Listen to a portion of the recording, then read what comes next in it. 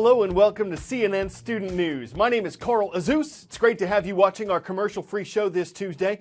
In the U.S., the 2016 presidential campaign season is on. It kicked off yesterday with an announcement from Senator Ted Cruz, a Republican candidate from Texas who said he was running for president. The election won't be until next November 8th, but announcing they're running helps candidates ramp up their fundraising, shape their messages and campaign strategies, and reach out to voters.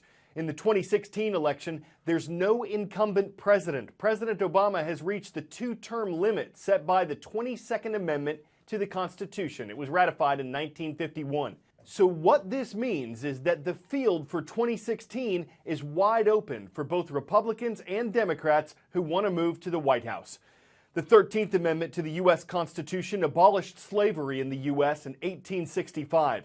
The United Nations Universal Declaration of Human Rights abolished slavery worldwide in 1948. And yet, there are more slaves on Earth today than at any point in human history. A few years ago, CNN launched the Freedom Project. Its goals include showing the horrors of modern-day slavery, exposing the criminals who trade in human lives, amplifying the voices of the slaves themselves, and highlighting the success stories of those working to abolish slavery.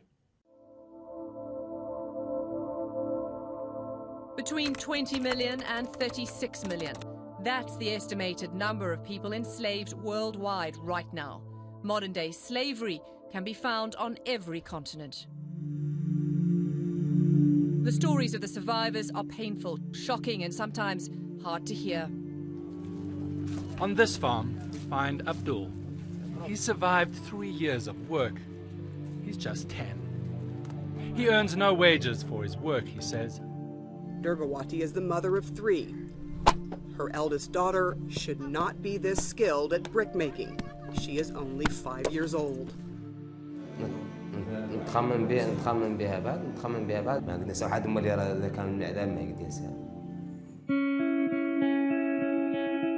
The International Labour Organization says human trafficking is a $150 billion a year industry. Unraveling the human criminal enterprises involved is vital in putting a stop to it. Celebrities like Manny Pacquiao are speaking up to make a change. I believe that we can end human trafficking in our lifetime.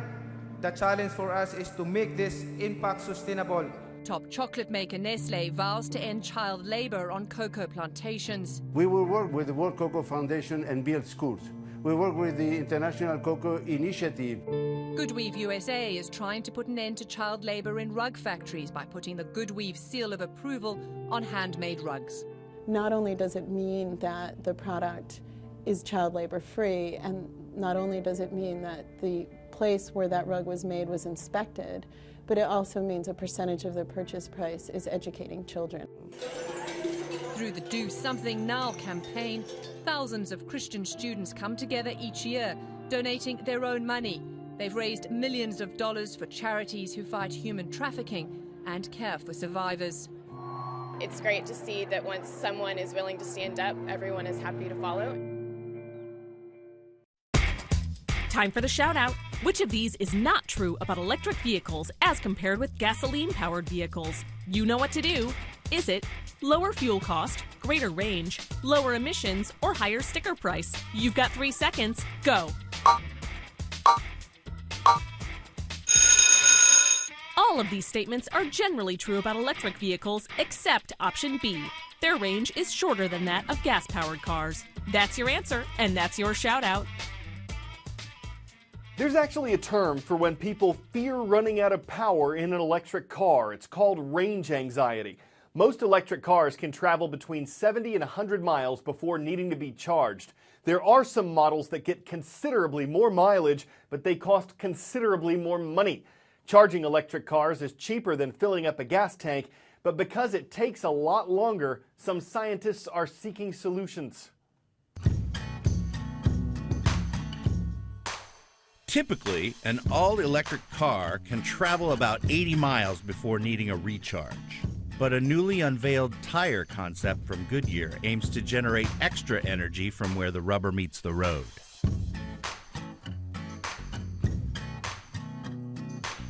You might call them energy tires. Goodyear isn't offering a lot of details about how it works, but here's the idea. Sunlight and pavement friction would generate heat inside the tire, which would be converted into electricity, which would help charge an electric car's battery. It's still just a concept, but if it's successful and car makers show interest, the idea could help win over drivers who reject electric vehicles because of so-called range anxiety.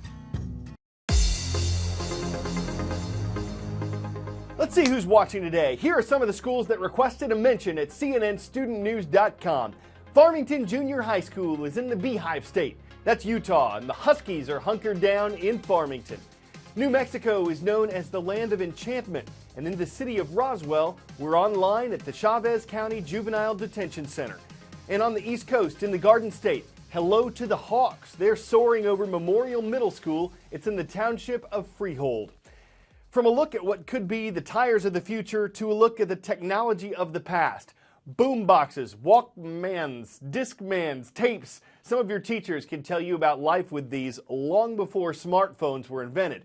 For a little fun on a Tuesday, we're looking at how technology that's obsolete still has an influence on what people are buying now.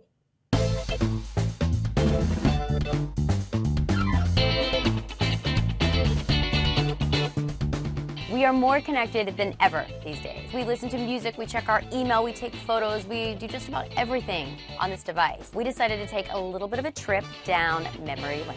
First up, the boombox. I don't even know how to do it anymore. What was very cool about the boombox is it was almost kind of like a statement, and it brought music to the street. Even today, you look at something like the jam box, it's almost like kind of a throwback to the boombox. Yeah. So the boombox was this very social, everyone listening to music together type experience, but it was heavy, and sometimes you just want to be alone with your music. So that kind of paved way also for the Walkman. Oh my God, these are kind of big. There we go. This completely changed the way we dealt with music, right? The commercials show people running around, jumping, and it seems kind of laughable now, but this was the first kind of device that enabled you to do that. This paved the way for our smartphones where we're just listening to music and streaming music online. Walking around, kind of bopping around. I didn't do that. Before there was Instagram, and you could just take a photo on your phone and you just see it, there was the instant photo. Boom. Instead of taking a picture and then having to go develop it, it was kind of this instant gratification. You gotta do this and wait. It's just this idea that you could be around the dinner table with your friends and then you wanna get a picture and you want it now. That's what Polaroid did, which is something that was very revolutionary at the time, and it definitely paved ways for these companies like Instagram. How long does it take? We have our smartphones, and we have Facebook and Twitter and Instagram. But before all of these technologies, there's technology that inherently changed the way we interacted, how we consumed music, how we took photos. So what we're seeing now is a little bit of kind of a reinvention of technology. There's actually a case for the iPhone that enables you to print photos. You have all sorts of different types of Bluetooth speakers that are looking more and more like kind of an old school boombox. These are the devices that came before, and these are the ones that kind of make you remember when things were a little bit more tangible. And that's going to be a market in the future. Before we go, the dog knew something awesome was about to happen. Sergeant Paul DePaulo had been serving in Afghanistan for 7 months. His dog missed him, so when the door opened, the animal went bananas. His name is Simba, and we ain't lying. And don't think his master is neglecting his wife and son. They'd already brought him home. They sent the sergeant through the front door so the dog could welcome him in his own special way. The animal was simply thrilled, so happy his master was back home. Of course he wanted to lap up all the attention. In 7 months, it was the greatest thing to happen. I'm your news hound, Carl Azus. More stories and puns tomorrow.